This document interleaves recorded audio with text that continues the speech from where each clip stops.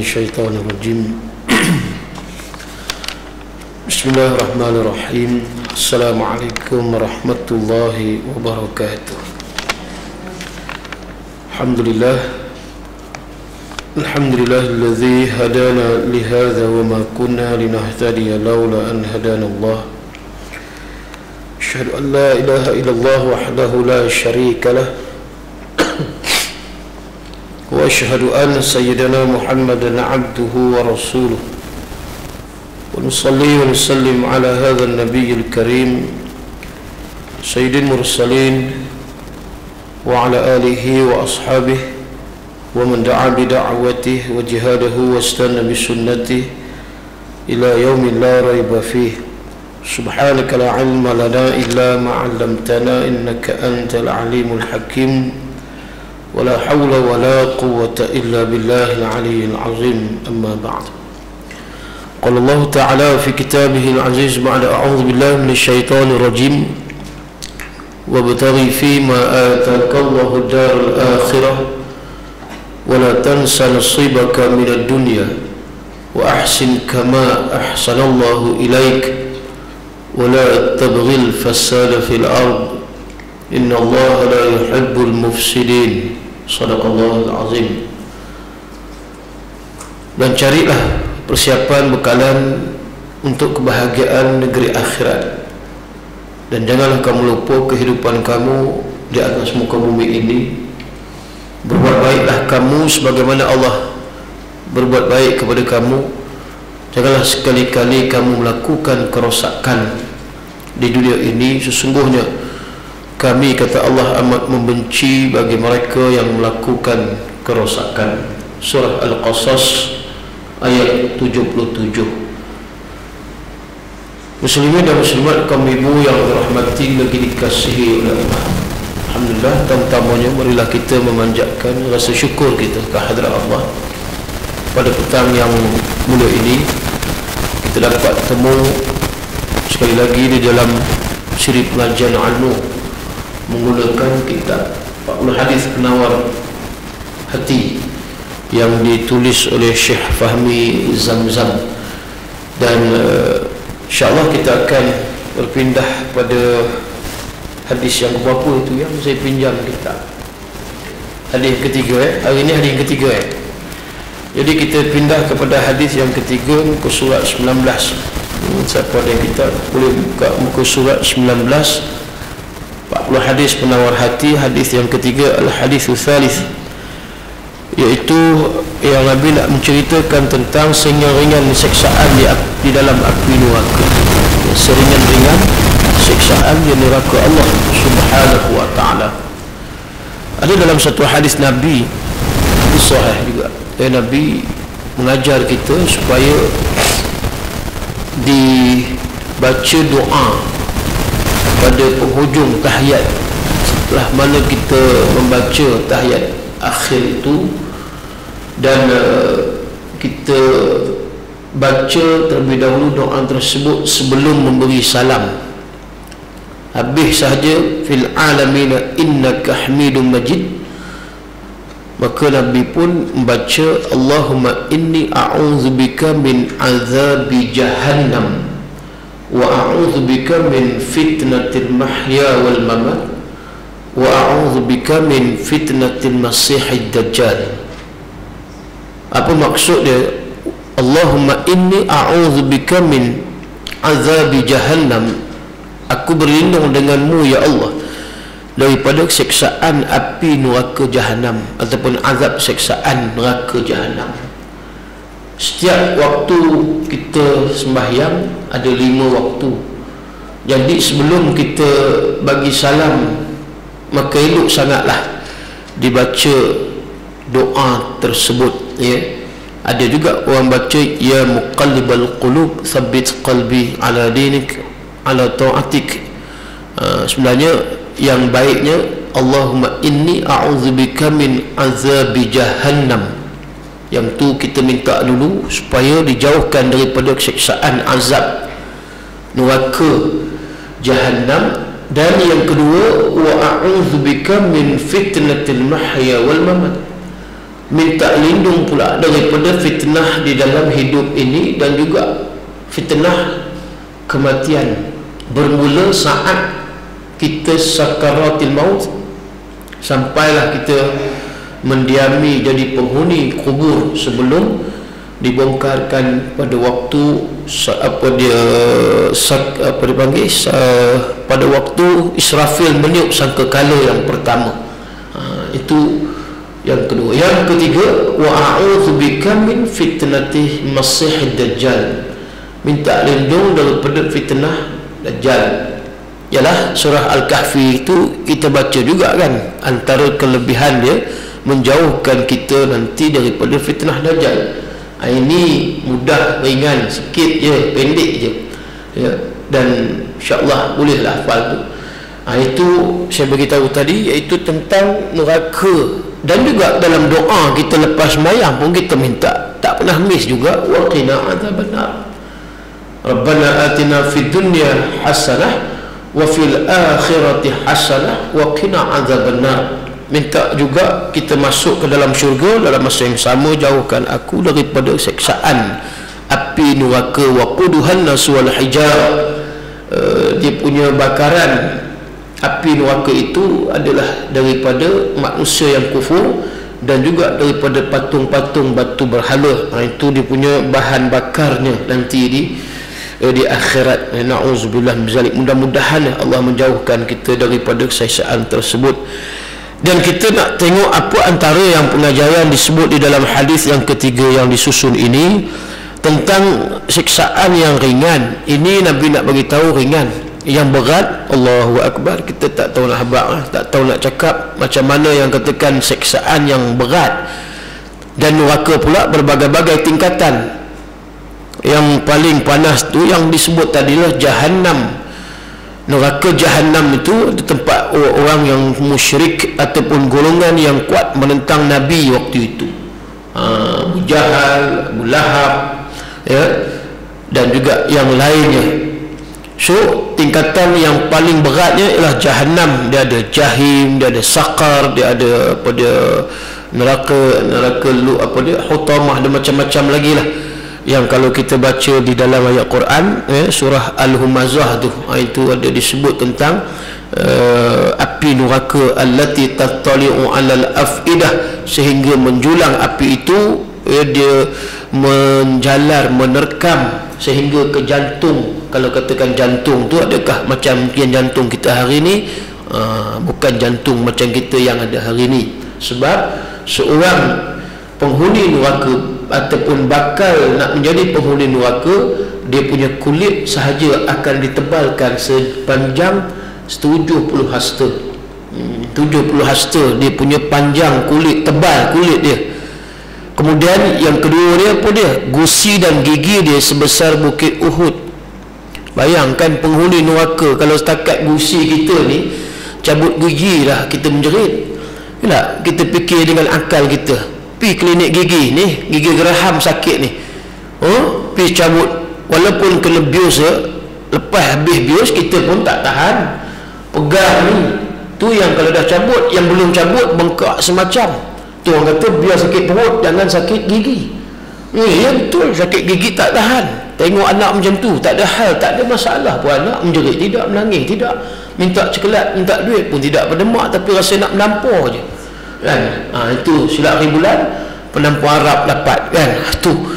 Itu baru sakit gigi. Bang, gigi yang comel hotel yang kita jaga every morning early bird kita ambil beruh gigi, kemudian ambil ubat, kita gosok gigi. Yang tu kecil, dunia tak ada apa. Dan akhirat besok dibesarkan. Bayangkan sebesar bukit Uhud. Yang tu kalau kita pergi Madinah.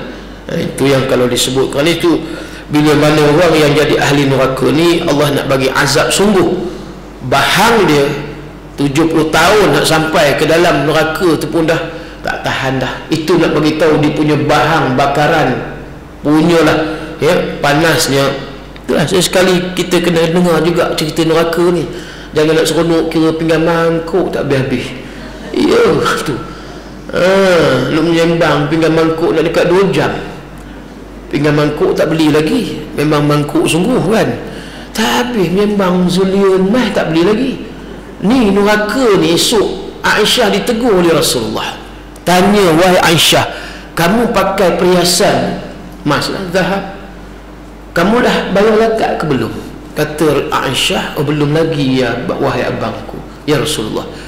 Sudah cukup untuk kamu dihumbankan masuk dalam neraka. Bukanlah Aisyah tak bayar zakat terus, cuma nak bagi satu pengajaran bahawa jangan kita syok sangat sembang dunia tak habis-habis. Jadi akhirat bila dengar cerita neraka ni nampak rasa macam tak nak keluar masjid lepas ni lah. Rasa macam aku nak meninggal, biarlah dalam masjid Fatimah Zahra ni. Mudah-mudahan aku dapat bertemu dengan anak Rasulullah Fatimah bintu Muhammad, sebab duduk di Fatimah ni. Ni contohlah.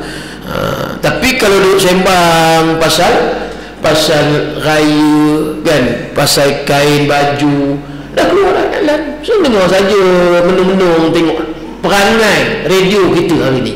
Ya. Saja dengar-dengar dah ada iklan raya. Tak gila babi, kita kata. Babi pun tak gila macam ni. Belum Ramadan, baru Syakban dah iklan raya ni, apa benda lah kita kata. Tu dengar tu. Kok lah kau nak bagi tahu azab neraka dalam radio. Taubatlah dah. Mana ada radio nak cerita azab neraka? Melainkan kalau ada ceramah, kod itu ada, kod kalau ada. Tapi kita tahu dah Sahih Bukhari memang tak ada, payah. Kod ada pun radio Aikim, radio lain apa peduli kan. Azan tu pun baru lagi. Baik, cerita tadilah ya.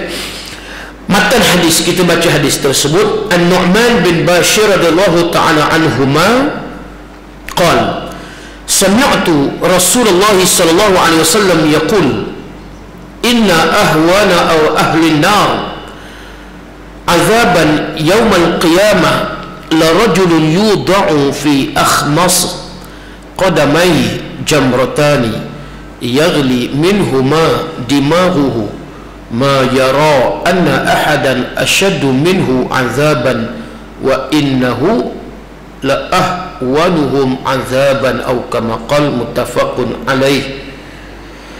Maksudnya daripada seorang sahabat Nabi yang bernama Nu'man bin Bashir radhiyallahu ta'ala anhuma berkata, aku pernah mendengar Nabi SAW telah bersabda, sesungguhnya apa kata Nabi, inna ahwan hawin, yang kita doa waktu lepas habis mayang tu, Allahumma hawwin alaina fi sakaratil maut. Allahumma hawwin tu maksud ringankan. Jadi daripada berat maka kita minta ringankan. Samalah inna ahwana ahli nar, sesungguhnya Nabi kata seringan-ringan siksaan ahli neraka pada hari kiamat, azaban yaumul qiyamah itu. Lalu Nabi sebut la rajulun yud'u, la rajulun rijal, rajulun ni ialah lelaki yang disebut itu, nanti kita tengok siapa dia.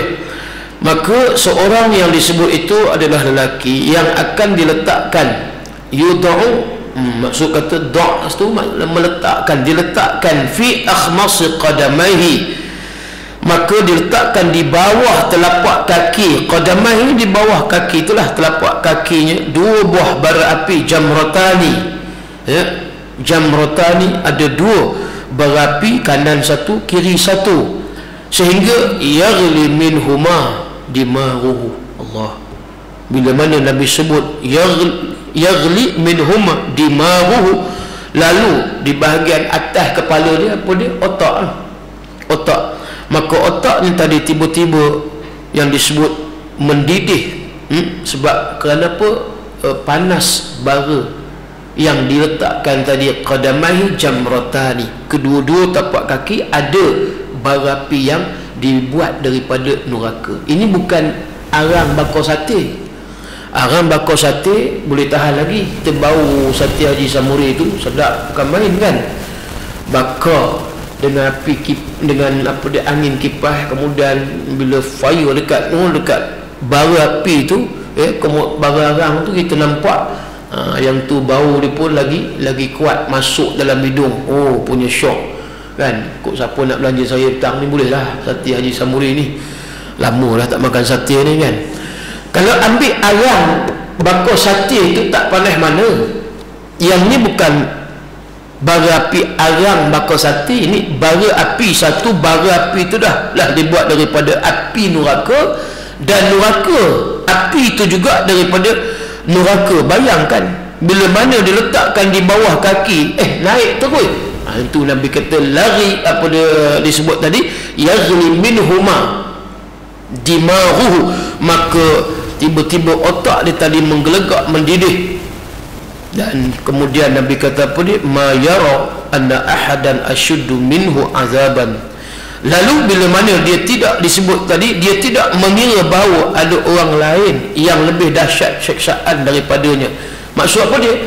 Dia tak peduli orang lain. Kalau katalah orang lain tu lebih teruk daripada dia, dia tak heran lah. Sebab bagi diri dia itu kira yang disebut tadi hawin, yang paling ringan. Dia rasa itulah paling berat. Dia tengok orang lain berat, tak, dia kata dia lagi berat. Sampai macam tu dimaksudkan ma yara anna ahadan asyaddu. Asyaddu ni menggambarkan dia punya azab tu bagi dia rasa yang terlalu berat. Orang lain tak berat macam dia, walhal orang lain lagi berat. Itu maksud minhu, daripadanya azaban. Wa innahu la ahwanuhum azaban. Padahal dia lah orang yang paling ringan siksaan. Nampak?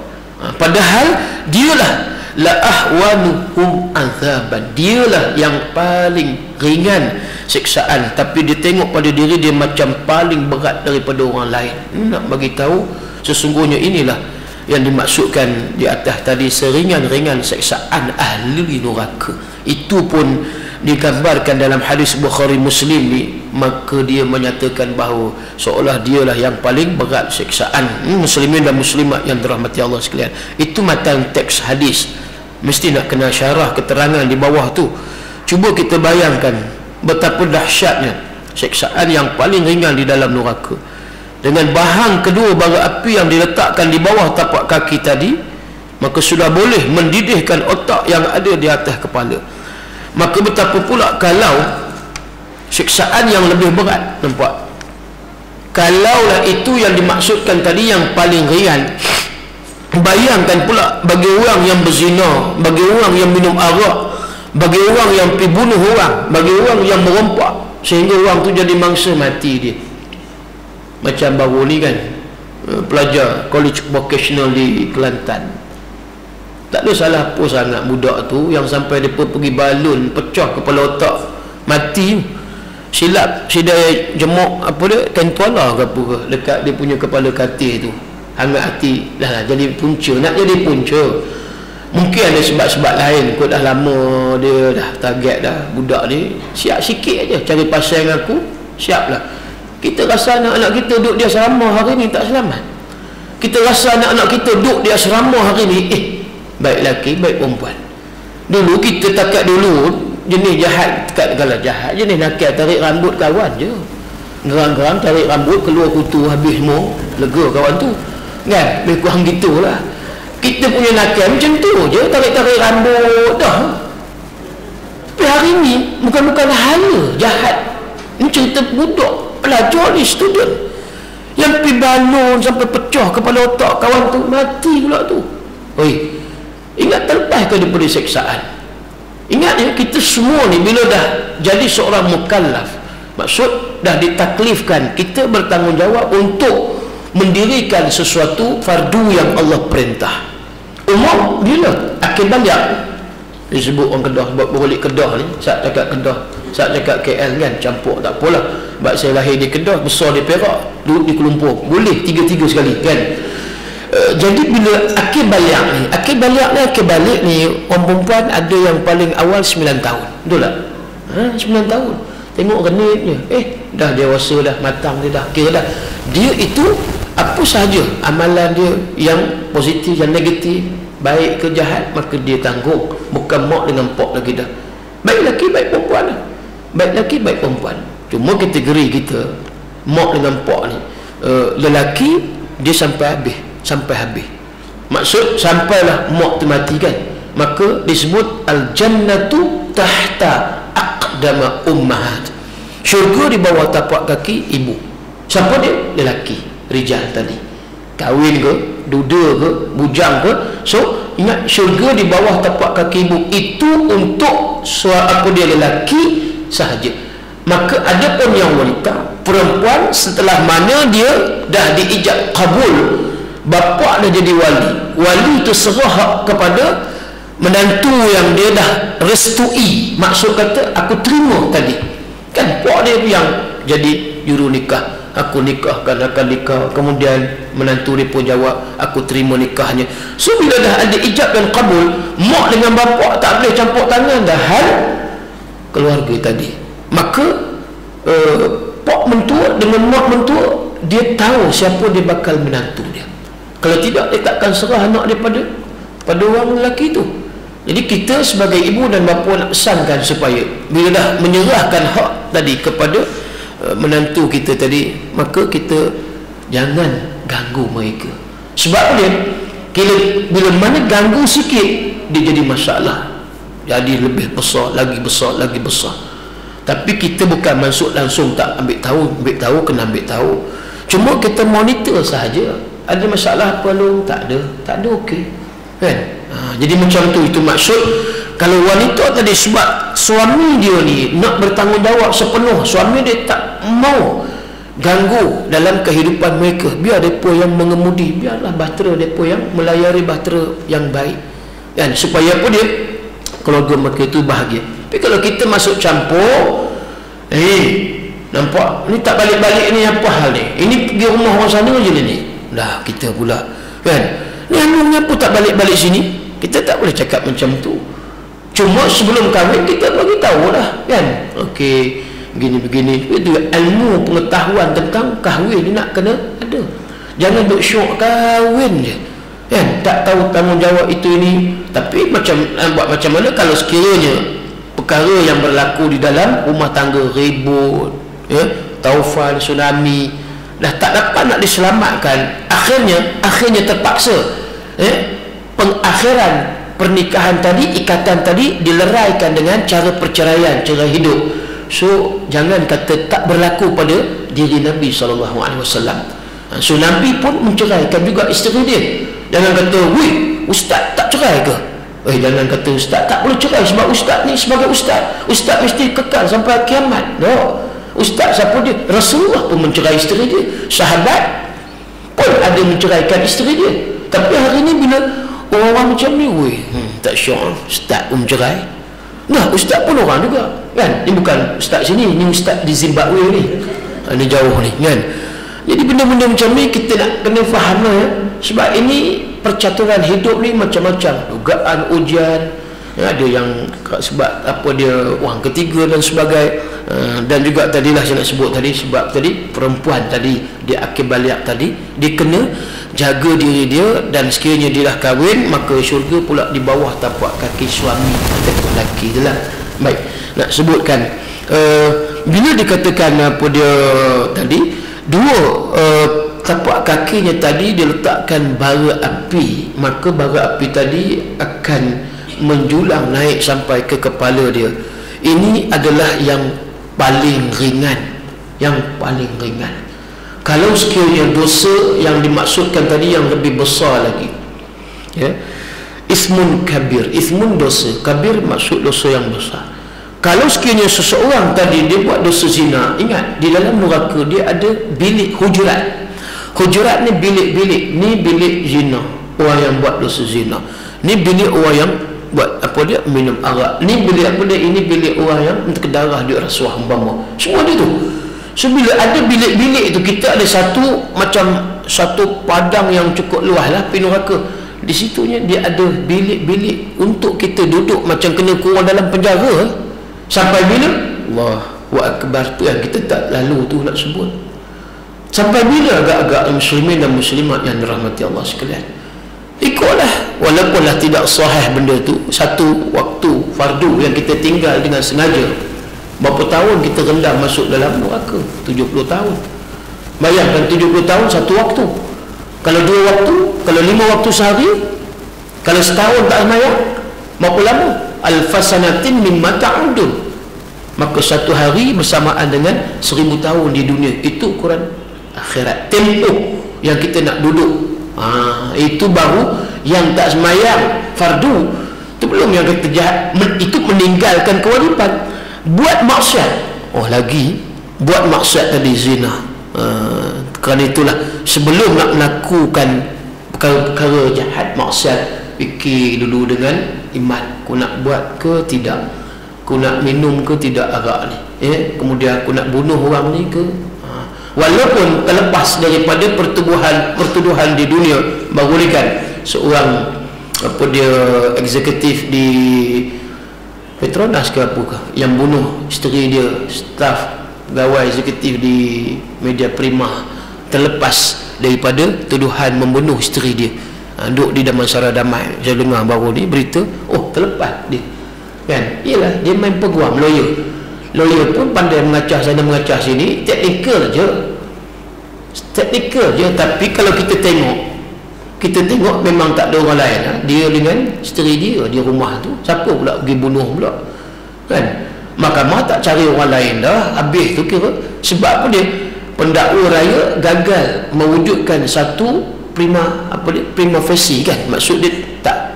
Jadi benda ni dia teknikal. Kerana itu bila nak dakwa, memang dia mahkamah memerlukan proven ataupun pembuktian yang cukup konkret. Tak boleh cakap dengar hiasi, aku dengar bunyi bising, lepas tu terus diam, menandakan mereka ni bergaduh-gaduh, tapi tak nampak pisau, tak nampak senjata, kemudian darah pun tak nampak. Setakat jiran sebelah dengar hingak ni pun dia bising, mereka macam gaduh, macam perang teluk, lepas tu terus diam. Kemudian tak lama lah berlumuran darah, tapi pisau tak jumpa. Katalah dia ni jiran dengar gaduh je, tapi tak nampak orang yang pergi bunuh. Di mahkamah peguam duk main macam tu je dah. Tengok pendakwa raya gagal mengemukakan suatu bukti prima facie, akhirnya dilepas dan dibebaskan. Tak boleh nak buat apa kan. Tu yang Allah yarhamah Cik Norita Samsudin, bukan nak sebut cerita dia balik, nampak akhirnya kan, tak tahu siapa yang pergi bunuh dia. Walaupun tangkap kata juruterembik saya, aku tak bunuh dia, aku cuma duduk atas perut dia je, dia pun dilepaskan. Walaupun mengaku 3 kali di mahkamah dia telah berada di atas perut Norita tu. Maksud kata dia mengaku berzina, tapi sebab bukan mahkamah syariah, mahkamah sivil, dia pun bukan nak cerita tentang dia berzina, nak tengok dia kah yang dikatakan pergi bunuh terakhirnya bersama dengan Cik Norita. Tu cerita dulu. Sial, mak bapak terpaksa keluar daripada kampung, daripada perumahan, sebab jadi buah mulut orang, fitnah macam-macam. Apalah sudah lah kita kena macam tu, na'udzubillah mizalik, na'udzubillah. Kalau orang fitnah kita macam tu, ibu sekalian, memang tak lalu, bukan tak lalu nak makan, tak lalu nak duduk lah. Nak keluar rumah, pergi kedai orang duduk cakap, pergi masjid suruh orang bercakap, padahal anak, tapi kita jadi maksud, kita jadi sasaran. Kena pindah mak dengan pak ni. Itu dulu cerita. So itu nak sebutkan tadi jahatnya tadi, walau macam mana pun dia lepas di dunia, ingat akhirat dia takkan lepas, akan dihisab. So ingat, sekiranya kalau dia berzina ataupun sebagai tadi, dia ada dia punya bilik-bilik dia yang akan ditempatkan oleh Allah nanti di akhirat, di neraka. Baik, dikatakan rasanya tidak ada seorang pun yang mampu untuk berdiri di atas bara api yang panas, yang boleh menggelegakkan otak yang ada di kepala. Memang tak tahan. Kita pergi Mekah ni, waktu ni 40 ke atas. Saya balik bulan lepas pergi Mekah pun dah, masa tu yang paling tinggi je, masa tu saya tengok 44 ni. Saya baru balik daripada Palestin ni minggu lepas. Di Palestin pun 41, 42, 43, 44 Celsius. Tak tahan. Itu baru matahari sampai 44 darjah Celsius. Kita dah tak tahan di Mekah, lagi nak dekat puasa Ramadan, lagi panas. Yang syok buah kurma memang nak panas, cepat masak. Kita bukan buah kurma, kita pemakan buah kurma. Itulah kena ingat. Kalau panas macam tu, bukan kata buah kurma, memanglah masak ni, kita dengan kita pun masak habis. Itu yang kita nak tahu macam mana yang kata dahsyat. Bayangkan di akhirat neraka Allah, satu bahagian daripada api neraka. Di dunia Allah letak, tak dah tahan dah. 69 lagi esok di akhirat, 69 lagi. Itu baru satu yang kita dah melecup, kena api minyak goreng telur pun dah tak tahan, pijak bara api rokok suami pun dah melompat, kan? Itu baru sikit percikan api daripada neraka satu bahagian. So 69 lagi tu yang kata 70 tahun jawab nak masuk dalam neraka dah terbakar habis dah, rentung, hangui, jadi balik. Dan setiap ahli neraka ni pula dia punya muqaddimah dia pun ni akan panjat climbing. Climb maksud dia akan daki satu bukit jabal yang namanya Jabal Su'ud. Jabal Su'ud sebut dalam hadis, Jabal Su'ud, Bukit Su'ud, bukan Ustaz Su'ud, bukan Imam Su'ud. Jabal Su'ud ni semua ahli neraka akan tepuh ni, dia pun cuba nak panjat macam guna Everest ke Kinabalu ke, baru nak tepuh, apa yang berlaku? Habis hancur, musnah, lebuh. Kemudian cuba lagi. Dia istilah neraka Allah akhirat dia tak ada mati, ibu sekalian, tuan-tuan sekalian. Di neraka ni tak ada istilah mati, panas macam mana pun jadi balik. Sebab itulah pra yang Nabi bawa daripada peristiwa Isra wa Mi'raj. Pra apa dia? Pra gambaran yang Allah bagi tahu dalam surah Al-Isra ayat 60, wa ma ja'alna ru'ya allati araynaka illa fitnatan linnas.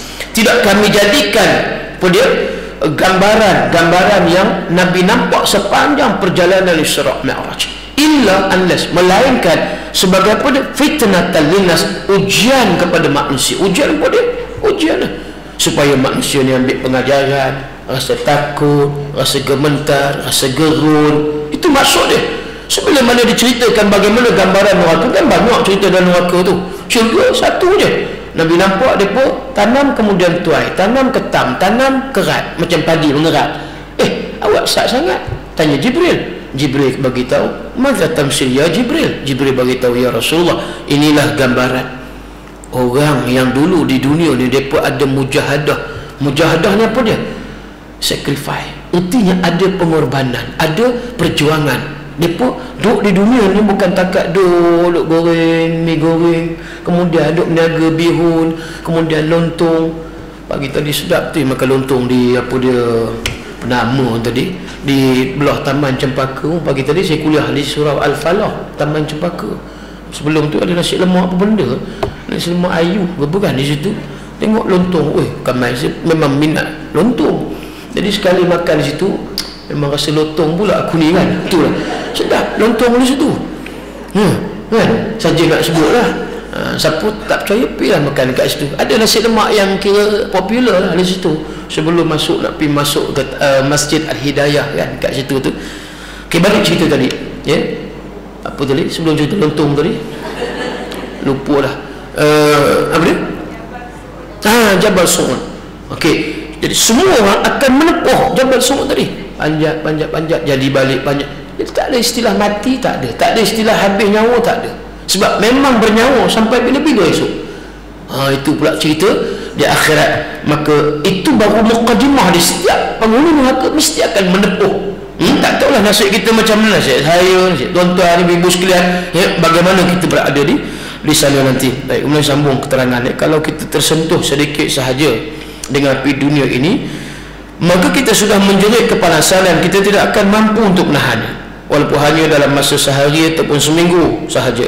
Cuba bayangkan betapa pedihnya siksaan yang berterusan daripada saat ke saat, hanya bertambah panas, di samping tekanan jiwa dengan putus harapan daripada selamat walaupun setelah jutaan tahun yang akan datang. Sampai macam kita bukan takat siksaan panas tu, dia jadi macam mana nak sebut, macam kita stres, macam kita ditimpa musibah, macam kita ditimpa satu malapetaka, macam-macam. Katalah aksiden tengah jalan, kita mula fikir macam-macam, kereta aku dah baru pula lagi, aduh nak raya pula lagi, jadi macam tu. Kemudian ni sakit ni, dengan darah dan sebagainya, patah pula tangan, macam-macam ni datang ni. Bayangkan ni di akhirat. Nak minta tolong siapa? Dulu boleh lah cari mak, telefon, bang, kereta aksiden bang, mai lah tolong.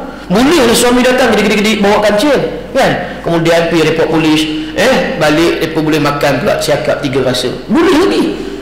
Ini nak minta tolong siapa ni? Agak-agak ibu sekalian. Oh ibu, ibu membuat tak peduli. Bapa ke, so my lovely, my husband, my hubby, I love you, I miss you. Dunia boleh lah. Akhirat habi ni pun tak ke mana hilang. Anak tak tahu ke mana. Dulu ketua kampung dengan kita bukan main rapat lah. Bukan main rapat kita dengan Tok Ulu. Mana dia? YB. Tak peduli dah.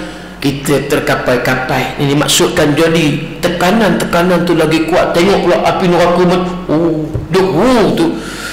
Aku tak tahu nak buat macam mana ni. Nak bunuh diri. Nak bunuh diri pun memang tak mati. Bunuh diri pun tak mati. Kita dunia, aku tak tahu lah. Aku tak tahu lah. Aku nak bunuh, terjun lah. Nak terjun boleh dunia, mati. Tapi esok di akhirat nak terjun benda, hang terjun pun tak mati. Sampai bila-bila. Forever. Sebab tak ada titik. Dia tak ada noktah. Ini yang kita nak fikir balik. Tu kita tadi duk sibuk sembang pasal dunia ni. Bila sembang neraka tu tadi tak lalu nak makan, rasa macam lalu nak makan. Awak tak makan kat Johor. Tak lalu kat Johor. Perut dia teringat mati je. Tak tahu teringat neraka kuat sangat. Kat Johor jangan fikir bukan-bukan. Tak bukan fikir bukan-bukan. Kalau tak fikir tentang neraka ni kita seronok sangat. Nyanyi duk karaoke. Awak kat mana? Contohlah, lu sembang kalut sampai maghrib tak pergi mayang, maaf kemudian tarawih pun tak, duk sembang pasal nak rayu tak habis-habis. Contoh. Jadi kan itulah kita nak kena ingat sikit tentang neraka Allah. Yang di bawah itu orang yang akan diseksa dengan seksaan yang paling ringan. Ini ialah siapa dia? Rupanya bapa saudara Nabi. Bapa saudara Nabi yang bernama Abu Talib, ammi. Pak saudara Nabi ini rupanya yang Nabi sebut tadi. Kalau kita baca balik tadi, siapa dia yang dikatakan, siapa dia tadi? La rajulun yudha'u fi akhmasi qadamai jamratani yaghli minhuma dimahu. Siapa dia yang dimaksudkan la rajulun? Seseorang itu, lelaki itu, yudha'u fi akhmasi, yang diletakkan qadamai jamratani, dua bara api di bawah tapak kaki, sampai yaghlimin umadimahu, iaitu menggelegak kepala otak. Namanya Abu Talib, yang jaga Nabi sejak daripada umur Nabi berapa tahun? 8 tahun. Nabi waktu itu umurnya. Kemudian Abdul Muttalib, tok Nabi meninggal, diserah hak penjagaan amanah ni maka kepada Abu Talib. Tak boleh sembarangan orang yang pegang ataupun yang jaga nak membesarkan Nabi sallallahu alaihi wasallam. Inilah yang disebut namanya Abu Talib. Sampailah Muhammad besar dan jadi rasul, sehinggalah pada waktu itu tahun Nabi ataupun Muhammad jadi Nabi Rasul yang ke-11 di Mekah. Yang ke-11 Nabi jadi Rasul 40 tahun umur, tambah 11 tahun. Umur Rasulullah lebih kurang 51 tahun. Lama tak Abu Talib bersama dengan Rasulullah? Lama. Sebab dia jaga daripada 8 sampai 51 tahun. Punya lama tu yang Nabi minta pada Allah tu, kalau boleh tu, kalau tak mengucap nak buat macam mana? Sebab dalam riwayat menyebut Allahu yahdi, sesungguhnya Allah yang bagi hidayat. Rasulullah hanya boleh duduk berdoa, minta talqin yakin di telinga. Talqinu yakin bimautikum, la ilaha illallah. Yang tu, man kana akhir kalami la ilaha illallah dakhala jannah. Siapa yang akhirnya hidup nak mati tu dapat sebut, tak usah panjang lah, cukup dah. Tu paling ringkas, tak jadi Allahu Allahu Allahu Allahu Allahu Allahu. Kan rehan tu kan, dia bahasa Urdu yang disebut tu. Yang tu huwallahu allazi la ilaha illa huwa alimul ghaibi wasyahada huwar rahmanur rahim wallahu allazi la ilaha illa hu al-malikul qudusus salam ila akhir. So tu singkatan daripada Allah. Kalau dapat la ilaha illallah lagi baik, kalau tak Allah ataupun mati dia, dapat dia yang Nabi sebut dakhalal jannah, mudah-mudahan. Kali itu disebut tadi bila Nabi ajar juga, usaha juga. Paling akhir Nabi minta macam itulah tadi. Tapi nak buat macam mana? Allah tak bagi hidayat pada Abu Talib. Cuma Nabi berdoa, ya Allah, ini hadis sahih ni, Nabi berdoa, ya Allah, supaya aku mohon supaya Abu Talib ni diringankan azab siksaan kubur, siksaan api neraka nanti di akhirat. Ya, Nabi tolong minta bagi pihak Abu Talib tu, sebab Nabi sayang Abu Talib ni. Tak buat apa dengan Muhammad Rasulullah, jentik tidak, marah melengking tidak, tak ada syaitan ni boleh, tak ada. Dia cukup jaga Nabi tu dengan penuh rasa hormat. Walaupun Abu Jahal, Abu Lahab pernah desak, wahai Abu Talib, boleh tak hampir bagi tahu pada Abni Akhi, anak saudara hang yang bernama Muhammad itu berhenti daripada menyebarkan dakwah di Mekah ni. Berhenti, stop tu, kira bukan takat berhenti, kami bagilah duit VSS ke apa benda, tak usah gaduh, kami bagi kereta sebiji, rumah, apa benda semua kami bagi. Syarat jangan disebarkan Islam di bumi Mekah. Abu Talib tu ikut tu sebagai apa? Dia orang yang dihormati, ya, di Mekah, dan Rasulullah tu rapat dengan Abu Talib. Bagi tahulah, dah lah wahai Muhammad, ni Abu Talib, Abu Jahal bagi tahu, Abu Lahab datang ke sini, ni jumpa aku, dia kata tak ada orang lain yang boleh bagi tahu, depa dah jenuh lah, ya. Dia kata hang ni jenis tolak tak tumbang, rebus tak empuk, macam tu lah, ya, jenis kebal. So bila mana depa dah usaha berbagai-bagai usaha ketiak, akhirnya tak mampu juga, depa guna aku, sebab depa kata aku ni orang yang rapat dengan hang dan orang yang ada pengaruh. Jadi aku sebagai orang yang diamanahkan saja aku menyampaikan kepadamu ya Rasulullah, ya Muhammad. Terima tak terima tu cerita kedua. Nabi jawab apa dia? Wallahi ya ammi, dapat Abu Talib ni, wallahi ya ammi, law wada'u syamsi fil yamin wal qamar fil yasari ala an atraka hadha amra ma taraktuhu hatta yazharullahu aw ahlaka duna aw kama qala. Hadis Nabi. Sampai Nabi bersumpah dengan nama Allah, wallahi ya ammi. Ammi ni apa dia? Pak saudara.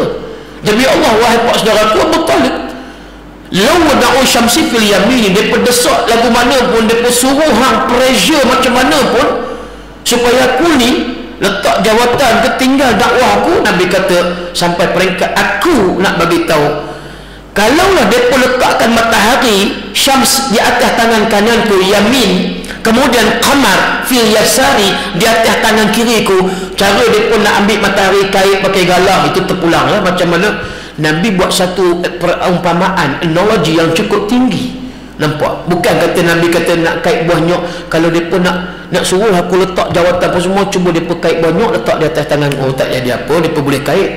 Tapi kalau matahari nak kait lagu mana? Tak tahan. Kita yang puluh juta kilometer, ratus juta kilometer dengan matahari pun tak tahan bila 40 darjah Celsius. Maka Nabi buat perumpamaan, boleh ambil matahari, mereka ambil lah. Kalau boleh, pasti tak boleh. Kalau boleh pula bulan, ambil, pasti tak boleh nak letak di atas tangan kiri aku. Ala an asraka hadza amra, suruh aku letak jawatan, ma taraktuhu nahi. Nabi pun pandai juga. Oh, nahi maksud dia, sorry bro, aku takkan, janganlah paksa aku buat macam mana sekalipun. Sampai Nabi kata hatta, sehingga yazharullahu, kalau perlu berperang untuk memenangkan Islam, daulah negara Islam, maka kami sanggup, sehingga kami menang. Kalau tak menang pun Nabi kata aw ahlaka duna, kami akan musnah. Aw ahlaka duna maksud dia musnah tu mati, tapi ingat mati dia adalah syahid dunia dan syahid akhirat. Oh, bila Nabi sumpah macam tu, terus diam, katuk mulut terus Abu Talib. Sampai Abu Talib jawab sikit je. Abu Talib kata, ya abni akhi, wahai abni akhi, anak saudaraku Muhammad, faqul ma ahbabta, mulai hari ni saat ini aku nak bagi tahu, aku tak halang lagi kamu untuk duk cakap apa pun pasal agama, pasal Islam. Faqul ma ahbabta li usallimuka li syai'in abada, bahkan aku pula make sure, memastikan engkau akan selamat dan tidak akan dibunuh dan tidak akan dicederakan, walaupun aku dengan mereka bukan orang lain, tapi aku jaga engkau wahai Muhammad, jaga macam menatang minyak yang penuh.